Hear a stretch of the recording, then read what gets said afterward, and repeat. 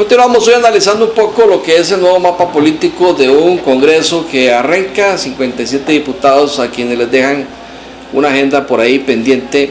Antes de eso, pues hablábamos de que pareciera que la conformación de una asamblea con diferentes fracciones, y ya no solo con dos, obedece a que quizás el electorado siente que no está representado. No sé si es cuando se construye un discurso en campaña, que era la pregunta que hacíamos anteriormente, ¿verdad? O por la acción de un partido político desde su comité ejecutivo o sus líderes, o si desde las fracciones legislativas. Porque la gente nos dice que el reclamo de la gente, del público, de las nuevas generaciones, sobre todo de los millennials, es: no nos representan, no vemos que defiendan nuestros intereses, siempre son los mismos, haciendo los mismos, que tienen mucha trayectoria, mucha experiencia, un gran know-how, que tienen maestrías y doctorados, que vienen del exterior, que tienen linaje, pero no vemos los resultados. Entonces ahora le apostamos a lo desconocido, a lo nuevo, a los inexpertos, a los que improvisan, y que más bien pareciera que eso es lo que gusta. ¿Qué nos tiene que decir de esto usted, Javier? Usted que representa a esos millennials. Usted representa a los millennials, ¿verdad? No, o a la generación Z, ¿cómo es la cosa? No me puedo rogar una representación. Lo que sí puedo hablar es de mi experiencia y de mi punto de vista. Considero que la composición de cómo se conforma la Asamblea Legislativa desde el 2006, que irrumpe el PAG en el escenario, se acabó el romanticismo del bipartidismo. Y una cuestión que se me olvidó anotar anteriormente: el no saber negociar, tanto de Liberación Nacional como la Unidad Social Cristiana, aferrarse al sueño romántico de que el bipartidismo vuelve, les ha costado muy caro, y se los han sabido cobrar, porque el no saber negociar en la Asamblea Legislativa les ha impedido avanzar en los proyectos. El tener mayorías legislativas por mandato a Liberación Nacional es un mensaje muy claro al pueblo, que es la responsabilidad mayor como partido político para facilitar las negociaciones en la Asamblea Legislativa, no entorpecerlas. En el gobierno pasado, Liberación Nacional pudo haber explotado muchísimo más esta facilidad como fracción mayoritaria, y no pudo, digamos. No lo supo hacer. Y al mismo la unidad, que recuperaba su crecimiento, creo que en esta oportunidad Liberación Nacional trae caras nuevas, conceptos mucho más claros, y ojalá aprenda de sus errores y tengamos una Asamblea Legislativa donde la negociación sea una práctica de cada día, ¿verdad? Y no la obstrucción, no ese filibusterismo que llaman, de traer un carretillo de emociones, cuando todos sabemos que eso no es la manera correcta de defender el pueblo, no es constructivo.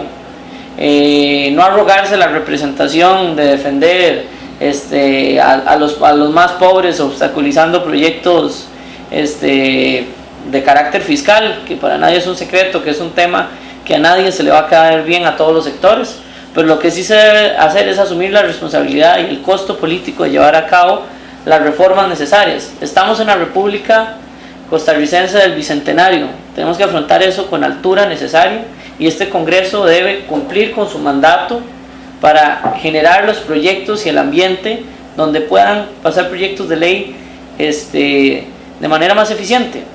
El reglamento de la Asamblea Legislativa creo que es el punto número 1 de todos los diputados a modificar. El reglamento de la Asamblea Legislativa tiene demasiadas lagunas, demasiadas facilidades para entorpecer la función legislativa del Congreso, y para nadie es un secreto que la Asamblea Legislativa es una de las instituciones peores calificadas en los sondeos que hace el CIEP de la UCR voy a discrepar un poquito de lo que acaba de decir. Antes que me discrepes, le voy a agregar una pregunta para que la una la discrepancia. Si fuera cierto lo que dice Javier, entonces tiene que empezarse a escribir un discurso desde el Congreso, un discurso propositivo, en prospectiva, que sea bien visto por el electorado, algo así como lo que hizo el PRI en México, para que eventualmente tenga una retribución electoral en campaña. Y esta responsabilidad, quizás que a quienes más les corresponde, es a las dos fracciones o a las tres fracciones mayoritarias, sería en este caso Liberación, Restauración o la Unidad. Bien, aquí hay dos cosas importantes. A mí me parece que la Unidad y Liberación ya están aprendiendo la lección. Claro. Y digo que están aprendiendo porque son los dos partidos que han logrado hacer una coalición con el gobierno. Entonces pareciera que por ahí, ok. En lo que discrepo con Javier es en el tema del reglamento de asamblea, porque históricamente se ha agarrado de estribillo y de muletilla el reglamento, que el para reglamento, justificar el entrabamiento. Pero yo le voy a poner varios ejemplos de que eso no es correcto. ¿Cómo me explica usted que Liberación Nacional en el gobierno de Oscar Arias logró hacer una coalición de 38 diputados y pasar todo, y con un reglamento que no tenía las mejoras que tiene ahora, entre comillas? Y sin embargo, Oscar Arias logró sacar una serie de proyectos. ¿Por qué? Porque tuvo un ministro de la presidencia de una calidad, don Rodrigo. Vea, don Rodrigo Arias era un ministro de la presidencia que usted, como asesor, que yo fui asesor en esa época, usted tenía el número, don Rodrigo. Usted llamaba a don Rodrigo, era que hay un problema así, don Rodrigo le decía, véngase para casa. Usted fue asesor del diputado Fernando Sánchez en ese gobierno. Y él lo atendía. O sea, en el gobierno de Laura Chinchilla yo le puedo decir a usted que yo no puse un pie en la casa presidencial, porque fue totalmente otro esquema, otra forma de gobernar. Entonces, no es cierto. O sea, es decir, y esto se lo digo a Rodolfo Pisa, si Rodolfo Pisa quiere ser un magnífico ministro de la presidencia, él tiene que estar aquí en los pasillos, no nombrar un viceministro de asuntos legislativos, porque no, la Asamblea Legislativa, el señorío de los diputados merece el respeto de que sea el ministro el que lo atienda, no que le pongan funcionarios de segunda o tercera categoría. Y entonces es un tema de negociación. Entonces aquí no, es decir, el reglamento por supuesto que hay que estudiarlo, hay que hacerle mejoras, pero no es la razón por la que la Asamblea Legislativa las cosas no caminan. No caminan porque en esta administración de Guillermo fue evidente la falta de negociación. Es más, lo decía Gonzalo Ramírez ahora antes de irse, el presidente nos dejó solos. Y es cierto, o sea, en realidad no es un tema. Y por otro lado, recordemos que el Parlamento, y ahí es donde decía Javier, que por eso, o creo que fue usted que tiene muy mala nota, es porque es un tema, es un foro de discusión, que la Asamblea Legislativa tiene dos funciones importantísimas. La primera, el control político, y la segunda, la formación legislativa. Sí. Son dos cosas diferentes. Entonces, es decir, la Asamblea no puede renunciar a ese diálogo constante. Claro. Es cierto que es un foro de discusión y tiene que haber un diálogo constante porque Parlamento es parlamentar. Y parlamentar es hablar, es hacer esto. Esto es política. Claro. Aunque yo no soy político, yo soy periodista, ¿verdad? Pero hay que hablar, y además de hablar hay que hacer control político, y a veces es donde se descubren las cosas más bellas de un gobierno, una administración, donde a veces aparecen hasta diputados aparentemente implicados. Y eso no gusta al pueblo, pero sin embargo sí hay cosas, Javier, que en el Congreso no pueden seguir. Por ejemplo, el nepotismo. Ya se aprobó una ley para que en todos los despachos estaba el hermano, el tío, el primo, el sobrino, el hijo, el cuñado, no puede ser, ¿verdad? Esa era una. La otra, los juegos irrespetuosos. ¿Se llega a la Asamblea a trabajar o a esconder el zapato a una diputada, a una compañera diputada? Como le pasó a Miriam Rodríguez. La mala crianza. O sacar la guitarra como hizo Malabasi y ponerse a cantar en el plenario. O sacar la guitarra para cantar en el plenario. Esperemos que el jefe de fracción del nuevo partido no se vuelva a amarrar aquí en el Monumento Nacional. ¿verdad? Amarrarse en el Monumento Nacional, es que eso se ve mal. Es otra anécdota. Se ve mal. O caerse a la curul porque llegué muy tomado. O agarrar a patadas. Eso le pasó al diputado, como hizo aquel diputado San Carlos de Liberación. Sí. Don Edgar Ugalde. Así también sí es cierto. No, y bueno, lo que les digo. O tirar el vaso de agua. Agarrar el vaso de agua, a ver si se lo pego a la cabeza al presidente de la Asamblea, porque no me gustó cómo dirigió ese día el plenario. Eso es parte de lo que vos bien señalabas, y sumo una más. Presentar 1500 mociones en un carretillo. En un carretillo. O sea, eso es lo que le cobraron a las fracciones irresponsables que perdieron preponderancia en esta elección. Pero ¿cómo cambiarlo? Ese trabajo mediocre en la Asamblea Legislativa de diputados que no cumplen con su mandato, que no tienen la responsabilidad de entregar sus informes de labores al pueblo, de hacer actividades públicas, de comunicar su trabajo, es que el legislador es un representante del mandato popular. Aquí, desgraciadamente, no existe la revocatoria mandato. pero eso sería un control político de parte de nosotros los electores, que tenemos la soberanía de esta patria, para poder exigir el Vamos a ver trabajo si en esta asamblea legislativa va a haber un diputado valiente que se atreva a presentar una reforma constitucional para que se establezca la revocatoria.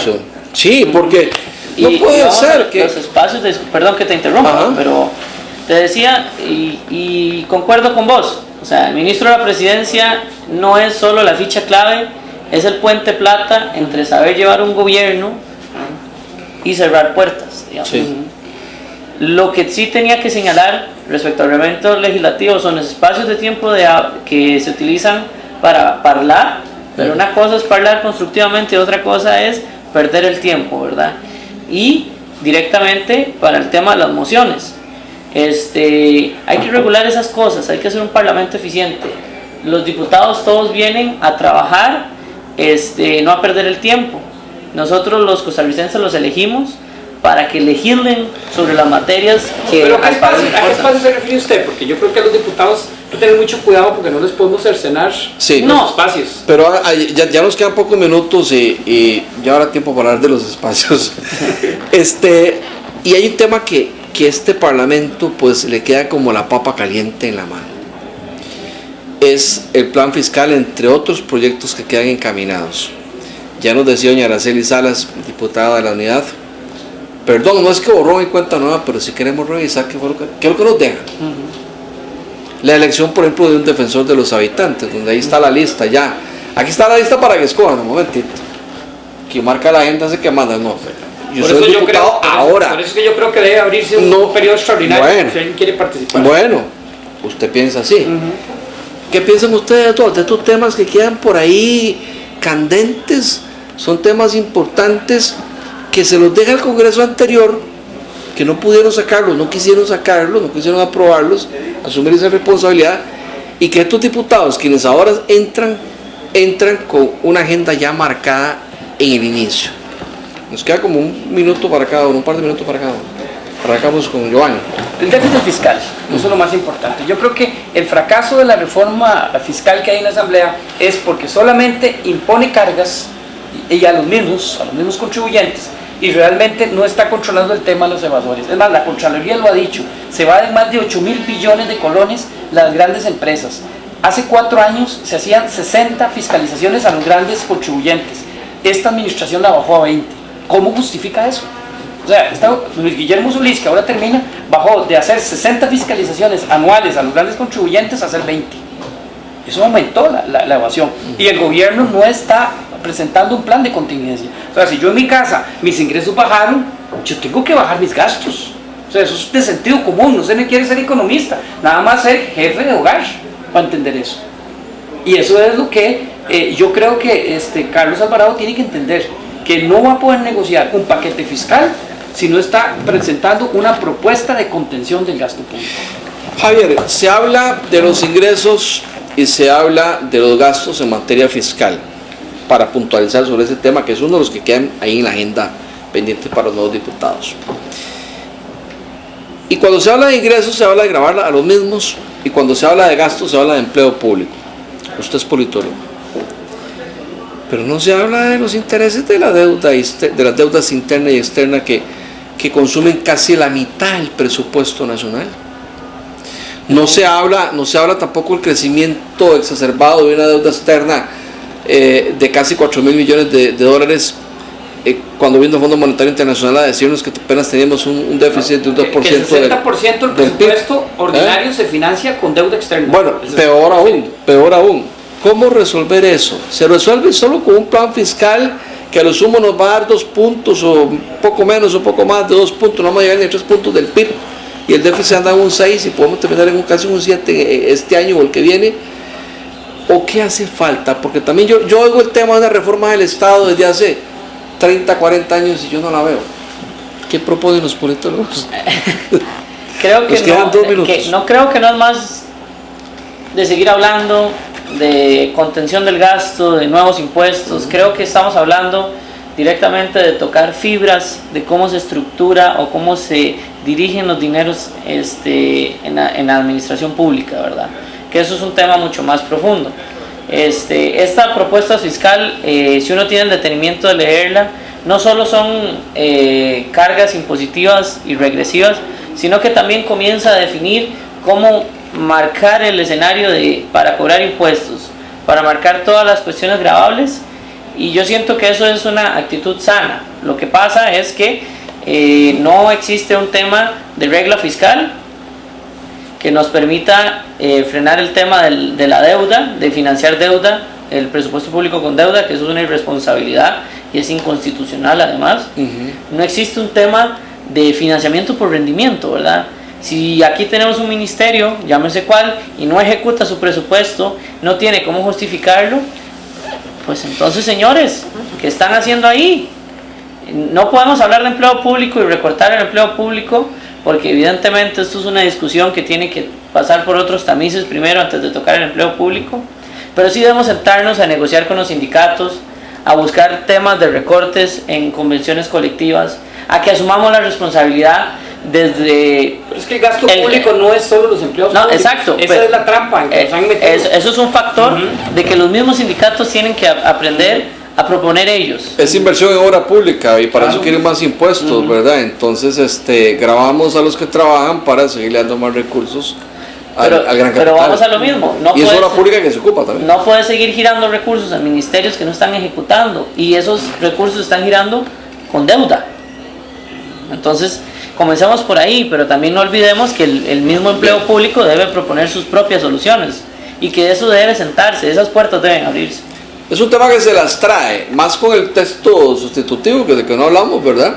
Donde se pone un tope en el presupuesto, de lo contrario, pues hay que entonces empezar a recortar gastos o inversión en el campo del sector público. Podría ser, por ejemplo, recortar lo que hay que entregarle al PANI o asignaciones familiares, otro tipo de recursos claves para mitigar la pobreza en Costa Rica.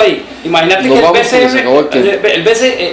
la UCR en esta administración se le subió casi un 30% del presupuesto como venía. ¿Por qué no decirle a la UCR, mire, los próximos 4 años no se le puede subir el presupuesto, aprendan a trabajar con ese presupuesto? Eso vamos a analizar en otro programa, ¿verdad? Vamos a analizar el tema de cómo queda este gobierno y cuáles son los retos del próximo gobierno, pero eso será en el próximo programa. De nuestra parte, pues por hoy es todo. Gracias a Giovanni Rodríguez por acompañarnos. Muchas gracias por invitarme. Licenciado Giovanni Rodríguez, ex asesor parlamentario, abogado, y a Javier Gamboa, politólogo, quien será ahora asesor también del diputado Dragos Dalanesco del Partido Republicano. Gracias. Muchas gracias y gracias a ustedes por su compañía. Que tengan una feliz noche. Teleplus Digital, los mejores canales al mejor precio. Más de 50 canales por solo 10.500 colones al mes. Con Teleplus Digital podrá disfrutar de señal calidad digital, más tecnología y los mejores canales, con cobertura en toda el área metropolitana. Teléfono 2286-3344 o 905-1234567. Correo electrónico ventas@plus.cr. WhatsApp 6046-1086. Teleplus Digital, calidad impecable a un precio increíble. Después de que fumas, el tabaco queda por horas, incluso días. Queda en las cortinas, en la ropa, los sillones, en las alfombras, en mis juguetes y me hace daño. El humo se va, el tabaco queda. Que la casa y el carro estén libres de tabaco. Caja Costarricense de Seguro Social. Porque creemos en la paz, en la naturaleza y en nosotros mismos. Pronto seremos campeones del mundo si podemos meterle un gol al cambio climático. Para el año 2021 seremos el primer país carbono neutral del mundo. El terreno está listo, el país tiene todo en juego y vamos a ganar este partido. Todos unidos cumpliremos esta meta, usando menos el carro y más el bus, reciclando y ahorrando energía. Participemos desde nuestras empresas, hogares, comunidades y centros de estudio. ¡Vamos, ticos! ¡Sí se puede!